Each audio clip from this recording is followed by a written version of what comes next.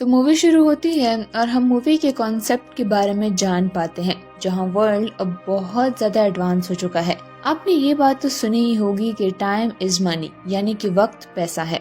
लेकिन क्या हो कि जब ये बात लिटरली यूज होने लगे और पैसों की जगह टाइम ही न्यू करेंसी बन जाए। ऐसा ही कुछ कॉन्सेप्ट इस मूवी का भी है, जहां हम जान पाते हैं कि अब दुनिया में न्यू करेंसी टाइम है। हर इंसान के पैदा होते ही उसके हाथ पर 1 साल का टाइम बन जाता है और ये टाइमर तब शुरू हो सकता है जब वो इंसान 25 साल का हो जाए। अब इसी टाइम की बेस पर कोई भी इंसान अपने लिए खाने पीने और बाकी की चीजें खरीद सकता है। बस कुछ भी खरीदने के लिए अपना टाइम स्कैन करना पड़ता है। अब टाइम के कट जाने से वो चीज खरीदी जा सकती थी और अगर किसी भी इंसान का ये टाइम खत्म हो जाए तो उसकी फौरन ही डेथ हो जाती है। अब यहाँ हमें एक एरिया को दिखाया जाता है जहाँ के टाइम जोन को डेड एंड कहा जाता है और यहाँ के लोग काफी गरीब हैं, इनके पास टाइम की कमी है और सभी को काफी मेहनत करके टाइम कमाना पड़ता है और हर दिन इनको बस 24 घंटे का टाइम ही पे के तौर पर मिलता है। इसीलिए इनको साल के हर दिन काम करना पड़ता है,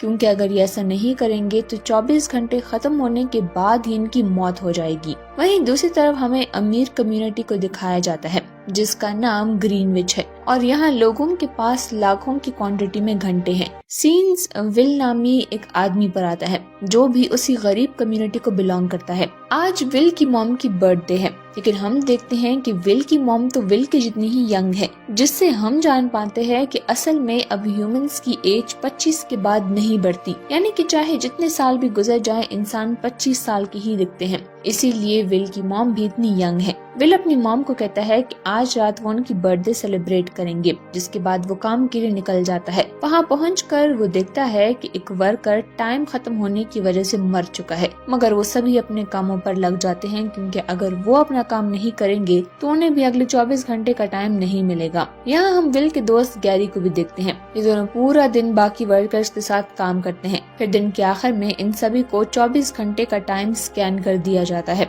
जिसके बाद ये दोनों बार में ड्रिंक करने जाते हैं। वहाँ विल एक आदमी को देखता है जिसके हाथ पर 116 साल का टाइमर था, जिस पर विल हैरान होता है क्योंकि उनका एरिया तो बहुत गरीब था और यहाँ किसी के पास भी इतना ज्यादा टाइम नहीं था। इसीलिए विल उस आदमी को कहता है कि वो यहाँ ध्यान से रहे, क्योंकि उसका टाइम देखकर कोई भी उसे छीनने की कोशिश कर सकता है। मगर वो आदमी विल की बात पर इतना ध्यान नहीं देता और विल गैरी के पास आकर बैठ जाता है। इतने में वहाँ पर कुछ गुंडे आते हैं जो उस आदमी का टाइम चुराने आए थे। वो उसे अपना टाइम स्कैन करने को कहता है, जिस पर के उसका टाइम उसके पास ट्रांसफर हो जाएगा। वो आदमी कहता है कि पहले मैं वॉशरूम जाना चाहता हूँ, जिस पर वो गुंडा अपने आदमी के साथ उसे वॉशरूम भेज देता है। विल ये सब कुछ देख रहा होता है और वो उसे बचाने के लिए जाता है और किसी तरह उसे वहाँ से निकाल कर एक बिल्डिंग में ले जाता है, मगर बाहर गुंडे होने की वजह से वो वहाँ से निकल नहीं पा रहे थे, इसीलिए उन्हें रात वहीं गुजारनी पड़ती है। अब वो दोनों बातें करने लगते हैं। उस आदमी का नाम हेनरी है। हेनरी बताता है कि वो एक बिजनेसमैन हुआ करता था, उसके पास बहुत टाइम था, उसकी एज 100 साल से ज्यादा है और अब इस पॉइंट पर आकर वो जिंदगी से तंग आ चुका है, इसीलिए उसने अपना बिजनेस छोड़ दिया और जितना भी टाइम उसने कमाया उसे वो यूज करना शुरू कर दिया। अभी भी उसके पास बहुत टाइम है, मगर उसे समझ नहीं आती कैसे वो कहाँ खर्च करे। तब विल उसे समझाता है कि तुम्हें इस टाइम को वैल्यू करना चाहिए। बहुत से ऐसे लोग हैं मेरे जैसे जो कि इसी टाइम के लिए दिन रात मेहनत करते हैं, जिस पर हेनरी कुछ सोचने लगता है। कुछ देर बातें करने के बाद वो दोनों वहीं पर सो जाते हैं। सुबह जब विल की आंख खुलती है तो वो देखता है कि हेनरी वहाँ पर नहीं है और ये देखकर वो बिल्कुल शॉक्ड रह जाता है कि हेनरी ने अपना सारा टाइम उसे ट्रांसफर कर दिया है। तभी उसकी नजर विंडो पर पड़ती है जहाँ हेनरी ने उसके लिए एक मैसेज छोड़ा था कि तुम मेरे टाइम को अच्छे से यूज करना और इसे वेस्ट मत करना। विल की नजर बाहर ब्रिज पे पड़ती है जहाँ हेनरी सुसाइड करने बैठा हुआ था। उसने अपने लिए बहुत थोड़ा सा टाइम बचा कर रखा था। उसे देखकर विल उसकी तरफ भागता है, मगर जैसे ही हेनरी के कुछ सेकंड्स भी खत्म हो जाते हैं तो उसे हार्ट अटैक आता है और उसकी वहीं पर डेथ हो जाती है, जिसके बाद उसकी बॉडी पानी में गिर जाती है। विल बहुत ही दुखी होता है क्योंकि वो हेनरी को बचा नहीं पाया, मगर इससे पहले कि ये मर्डर उसके जिम्मे आ जाए वो वहाँ से जाने लगता है। मगर वहाँ के सीसीटीवी कैमरा में ये सब कुछ रिकॉर्ड हो चुका था। विल को समझ नहीं आता कि वो क्या करे, इसीलिए सबसे पहले वो अपने दोस्त गैरी के पास जाता है और उसे सारी बात बता देता है। फिर वो अपने 10 साल उसे ट्रांसफर कर देता है ताकि उसकी जिंदगी भी थोड़ी आसान हो जाए। इसके बाद वो अपनी मॉम से मिलने के लिए निकलता है। वहीं विल की मॉम जब बस में चढ़ती हैं तो बस का किराया अब बढ़ चुका था और विल की मॉम के पास इतना टाइम नहीं था कि वो टिकट खरीद सकें, जिसकी वजह से बस ड्राइवर उसे बस से निकाल देता है। इसीलिए विल की मॉम भागने लगती है ताकि वो विल तक पहुंच सके, क्योंकि अगर उनका टाइम खत्म हो गया तो वो मर जाएंगी। उधर जब बस स्टॉप पर आती है तो विल देखता है कि उसकी मदर उसमें नहीं है। वो समझ जाता है कि कुछ तो गड़बड़ है, इसीलिए वो भी जल्दी से पहले स्टॉप की तरफ भागने लगता है, जहाँ रास्ते में उसे अपनी मॉम नजर आती है जो उसकी तरफ भाग रही होती है। मगर इससे पहले कि वो दोनों एक दूसरे तक पहुंच पाएं, विल की मॉम का टाइम खत्म हो जाता है और वो वहीं पर मारी जाती है। विल बहुत रोता है क्योंकि आज उसके पास इतना टाइम था कि वो अपनी मॉम को बचा पाए और वो खुशी खुशी रह सकते थे, मगर वो अपनी मॉम को बचा नहीं पाया। सीन चेंज होकर हम देखते हैं कि हेनरी की लाश किनारे पर आ चुकी है, जहाँ पुलिस उसे इन्वेस्टिगेट कर रही है। यहाँ पुलिस को टाइम कीपर कहा जाता है। रेवन नाम का एक टाइम कीपर इस केस का इन्वेस्टिगेशन ऑफिसर है, जहां उसकी टीम मेंबर्स को लगता है कि शायद हेनरी को उसके टाइम के लिए किसी ने मार दिया है, जहां वो बोलते हैं कि शायद इसकी डेथ टाइम की कमी की वजह से हुई है। लेकिन यहाँ पर रेवन बोलता है कि नहीं, इसके टाइम को किसी ने चोरी किया है, लेकिन इसकी कोई और वजह भी लग रही थी और वो ये वजह जानना चाहता था। विल एक कार में बैठकर ग्रीनविच जाता है, जहां पहुंचने के लिए उसे बहुत सारे टाइम जोन से निकलना पड़ता है और वो हर जोन पर अपनी स्कैनिंग करवाता है। ग्रीनविच पहुंचकर उसकी नजर एक लड़की पर पड़ती है और फिर वो आगे बढ़ने लगता है और फिर वो एक होटल जाता है, जहां पर ये लड़की उसको वहां भी मिलती है। विल एक रूम बुक करता है और फिर जब वो होटल में लंच कर रहा होता है तो वही लड़की दोबारा से उसके सामने आ जाती है। वो वहाँ की वेट्रेस को 1 हफ्ते की टिप देता है और फिर वो कसिनो के बारे में उससे पूछता है और फिर रात को वो तैयार होकर कसिनो में जाता है। वहाँ एंट्री के लिए उसे अपना 1 साल देना पड़ता है और फिर उसको एक टेबल पर बिठा दिया जाता है, जहाँ पर वो पोकर गेम खेलता है और वहाँ पर उसकी मुलाकात फिलिप नाम के एक बिजनेसमैन से होती है। वो उसके साथ पोकर गेम खेलता है। विल अपना सारा टाइम गेम पर इन्वेस्ट करता है, जिससे वो जीत भी जाता है और फिर वो पूरे 1000 साल जीत जाता है। वहाँ पर होटल वाली लड़की भी आती है जिसका नाम समंथा था और वो इसी फिलिप की बेटी होती है। फिलिप विल को अपने घर होने वाली पार्टी पर इनवाइट करता है। नेक्स्ट डे वो एक महंगी कार लेकर फिलिप के घर पार्टी में जाता है, जहाँ पर वो फिलिप की मदर इन लॉ, वाइफ और बेटी से मिलता है, जो कि दिखने में एक ही उम्र की थी, लेकिन रियलिटी में उनकी एज डिफरेंट थी। पार्टी में समंथा विल को अपने साथ डांस करने को बोलती है। वो लोग डांस करते हैं और फिर विल उसको अपने साथ बाहर कहीं ले जाता है। दूसरी तरफ टाइम कीपर को विल का फिलिप के घर जाने की सीसीटीवी फुटेज मिल जाती है और उसे विल के बारे में भी पता चल जाता है। समंथा का घर बीच के साइड पर था, इसीलिए फिलिप उसे स्विम करने को बोलता है। दोनों ही सी में स्विम कर रहे थे। वहीं पर समंथा का बॉडीगार्ड उसे आवाज लगाता है। दोनों वापस से अपने कपड़े पहनकर पार्टी में आते हैं और फिलिप को उनका समंदर में नहाने का पता ही नहीं चलता। पार्टी में रेवन आ जाता है और वो विल को अपने साथ एक रूम में ले जाता है और उसे हेनरी की मौत की वजह पूछता है। विल बोलता है कि उसने ये टाइम गेम से जीता है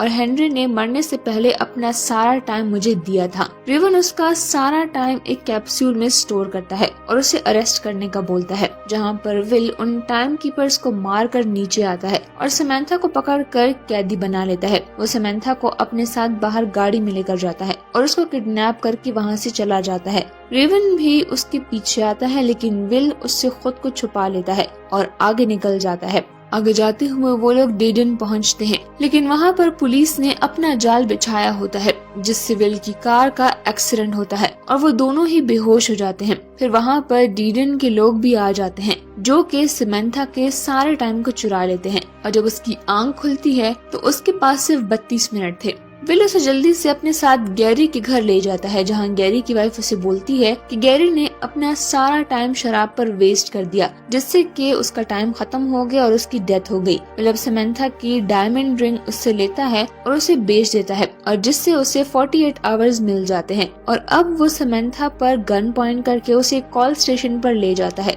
और फिलिप को कॉल करने को बोलता है। फिर वो फिलिप से कहता है कि तुम मुझे 1000 सालों का टाइम दो और उसे डेडन के बैंक में ट्रांसफर कर दे तो मैं समंथा को छोड़ दूंगा। रात को समंथा विल के साथ उसके घर ही आती है। वो लोग रेस्ट करते हैं और समंथा को विल अपनी मॉम की ड्रेस भी देता है। समंथा विल से उसके पेरेंट्स के बारे में पूछती है। विल बोलता है कि मेरे फादर की डेथ मेरे बचपन में ही हो गई थी और मुझे मेरी मॉम ने ही पाला है। फिर विल समंथा को एक ट्रिक बताता है जिससे वो समंथा का टाइम अपने हाथ में ट्रांसफर करता है। वो दोनों जब सुबह उठते हैं तो वो देखते हैं कि फिलिप ने अभी तक 1000 साल नहीं भेजे हैं और विल और समंथा के बीच तब काफी फ्रेंडशिप भी हो गई है। विल उसको अपने घर वापस जाने को बोलता है। समंथा बोलती है कि वो भी उसके साथ ही आएगी। वो कहती है कि मैं अपने फादर को कहूंगी कि मैं अपनी ही मर्जी से गई थी। वो दोनों अब एक दूसरे को किस करते हैं। समंथा को विल एक गन भी देता है। समंथा अब फोन बूथ से फिलिप को कॉल करती है। पीछे से रेवन आता है जो कि विल को शूट करने वाला होता है, लेकिन समंथा उसे शूट कर देती है और दोनों रेवन की कार को लेकर वहाँ से चले जाते हैं। समंथा बोलती है कि हम एक टाइम कीपर की कार में हैं, जिससे कि बाकी के टाइम कीपर हमें पहचान सकते हैं। वो बोलती है कि हमें एक दूसरी कार में जाना होगा और वो दोनों एक कार को लूटते हैं और फिर उसमें बैठी एक लेडी से उसका टाइम भी चुरा कर वहाँ से निकल जाते हैं। जिसके बाद वो एक खामोश जगह पर आते हैं और टीवी में एक न्यूज देखते हैं। विल को अब पुलिस ढूंढ रही होती है। वो दोनों कार में एक दूसरे को किस करते हैं और अच्छा टाइम स्पेंड करते हैं। रेवन अब फिलिप के पास आता है और उसे बोलता है कि अब उसे समंथा को भी किडनैप करना होगा क्योंकि उसने एक टाइम कीपर पर गोली चलाई थी। विल समंथा को गन चलाना सिखाता है। विल के पास अब टाइम की कमी थी तो समंथा उसे बोलती है कि मेरे पास एक रास्ता है। उसके बाद वो दोनों ही बैंक में चले जाते हैं। वो दोनों एक ट्रक में बैठते हैं। ये बैंक समंथा के फादर का ही था। वो दोनों ट्रक में बैठते हुए एक बैंक में आ जाते हैं और वहाँ से बहुत सारे टाइम कैप्सूल चुरा लेते हैं। विल वहाँ पर दूसरे लोगों को भी मुफ्त में टाइम देने को बोलता है। वो अपना बहुत सारा टाइम गरीबों को दे देता है, लेकिन इतना सारा टाइम आने के बाद डीडन में क्राइम भी बढ़ जाता है। रात में विल और समंथा एक होटल में होते हैं।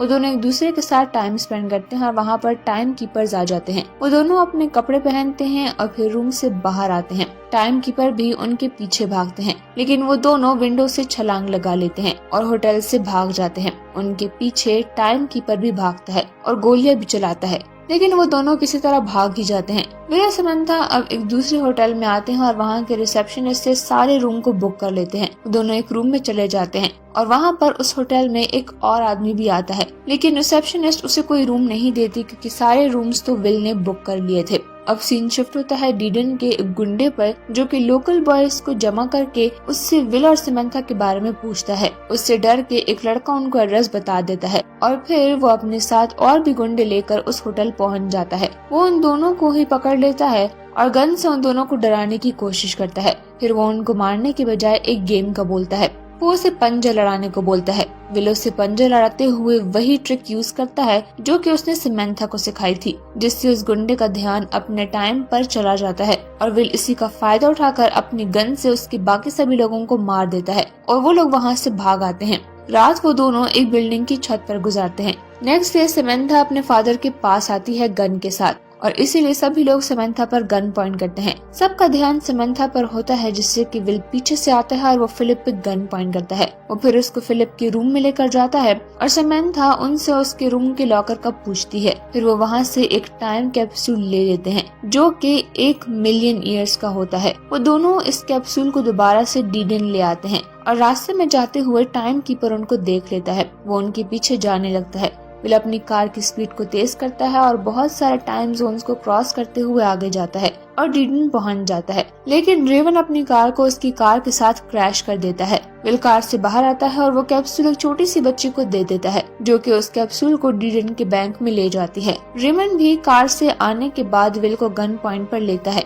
लेकिन तभी वहाँ पर बैंक सभी लोगों में टाइम को बांट देता है, जिससे कि वहाँ पर रश हो जाती है और वो दोनों मौके का फायदा उठाकर वहाँ से निकल जाते हैं। रेमन भी उनके पीछे आता है और उन दोनों को सरेंडर होने का बोलता है। तो विल कहता है कि क्या तुम्हारे पास इतना टाइम है कि तुम हमें अरेस्ट कर सको, जिस पर कि रेवन अपना टाइम देखता है और उसके पास अब कुछ ही सेकंड्स थे। इससे पहले कि वो कुछ कर पाता उसका टाइम खत्म हो जाता है और वो वहीं पर मारा जाता है। अब विल के पास भी बस कुछ ही टाइम होता है। समंथा उसको अपना टाइम देती है ताकि वो बच जाए, लेकिन यहाँ पर विल को एक आइडिया आता है। वो रेवन की कार की तरफ भागते हैं क्योंकि उसकी कार में टाइम कैप्सूल थी जिससे कि वो दोनों ही बच सकते थे। दोनों ही कार की तरफ भागते हैं। विल कार तक पहुंच जाता है और अपने टाइमर में टाइम फिल कर देता है। समंथा पीछे रह गई थी और अब उसके पास सिर्फ 5 सेकंड्स ही रहते थे। विल फौरन से भागकर उस तक टाइम को ट्रांसफर कर देता है और उसकी जान बचा लेता है। फिर वो दोनों एक दूसरे को हक करते हैं। टीरियन में विल के टाइम डिस्ट्रीब्यूशन की वजह से वहाँ के लोगों में बहुत सारी चेंजेस आ गई थी और सब लोग बहुत ही खुश रहने लगे थे और अपनी जॉब भी उन्होंने छोड़ दी थी, क्योंकि उनकी टाइम की जरूरत अब विल और समंथा ने पूरी कर ली थी। टाइम कीपर्स भी उनको पकड़ने से पीछे हो जाते हैं। अब लास्ट में ये दोनों गन पकड़े एक बैंक में आते हैं। विल और समंथा अब बैंक्स को लूटते हैं और इसी के साथ ये मूवी यहीं पर एंड हो जाती है।